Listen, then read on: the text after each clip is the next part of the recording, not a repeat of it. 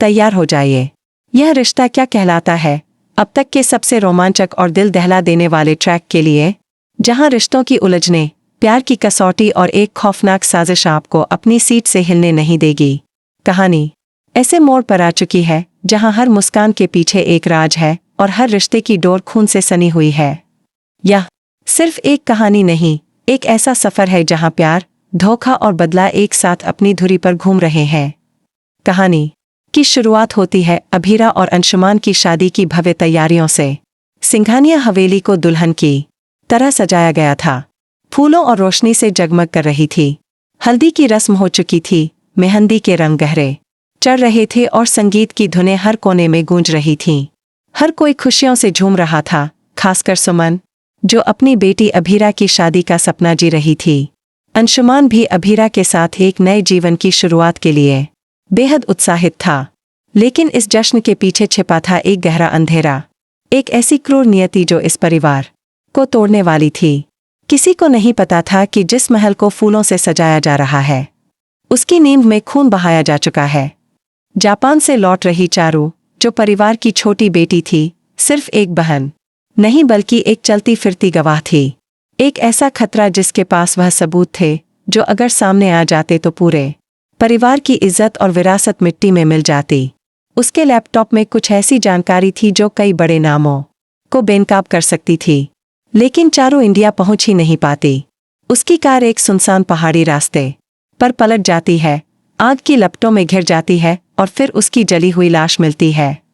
यह खबर सिंघानिया हवेली में एक तूफान की तरह आती है। खुशियों का माहौल पल भर में मातम में बदल जाता है। अभीरा इस सदमे से टूट जाती है, खुद को कमरे में बंद कर लेती है और बस चारू के नाम से पुकारती रहती है। अंशुमान शादी से इनकार कर देता है, उसका दिल इस त्रासदी को स्वीकार नहीं कर पाता। सुमन रो रो कर बेहोश हो जाती है, उसका माँ का दिल इस दर्द को सह नहीं पाता। लेकिन सबसे ज्यादा टूटती है अभीरा, वह मानने को तैयार नहीं होती कि चारू उसे यूं अकेला छोड़ सकती है। उसका अंतर्ज्ञान उसे बार बार टोकता है कि कुछ तो गलत है। उसके मन में एक अजीब सी बेचैनी थी और उसकी यह शंका तब हकीकत में बदल जाती है जब पोस्टमार्टम रिपोर्ट आती है। रिपोर्ट देखकर सबके पैरों तले जमीन खिसक जाती है। चारू की मौत सिर्फ एक एक्सीडेंट नहीं थी, उसे पहले जहर देकर बेहोश किया गया था और फिर उसकी मौत के बाद गाड़ी में बिठाकर एक्सीडेंट दिखाने की कोशिश की गई थी। यह कोई दुर्घटना नहीं बल्कि एक सोची समझी हत्या थी। पूरा परिवार सन्न रह जाता है। अब तक का दर्द आक्रोश में बदल जाता है। कौन था वह हत्यारा और क्यों? जैसे ही यह भयानक सच सामने आता है, असली तहकीकात शुरू होती है। पुलिस अपनी जांच शुरू करती है, लेकिन परिवार भी अपने स्तर पर सच जानने की कोशिश करता है। चारू का फोन, जो पहले गायब था, अचानक कृष को उसकी अलमारी में छुपा हुआ मिलता है। फोन में एक मेमोरी कार्ड भी था जिसे कृष ने बड़ी मुश्किल से निकाला, और उस फोन में एक रिकॉर्डिंग थी, चारू की कांपती हुई आवाज में, जो डर और दहशत से भरी थी। अगर मुझे कुछ हो जाए तो इसका जिम्मेदार कोई और नहीं बल्कि गीतांजलि भाभी होगी। गीतांजलि, वही गीतांजलि जो रोज मंदिर में पूजा करती थी, सबके लिए उपवास रखती थी और खुद को संस्कारों की देवी कहलवाती थी, जिस पर परिवार आंखें मूंद कर विश्वास करता था। अब सबकी नजरें गीतांजलि पर थीं।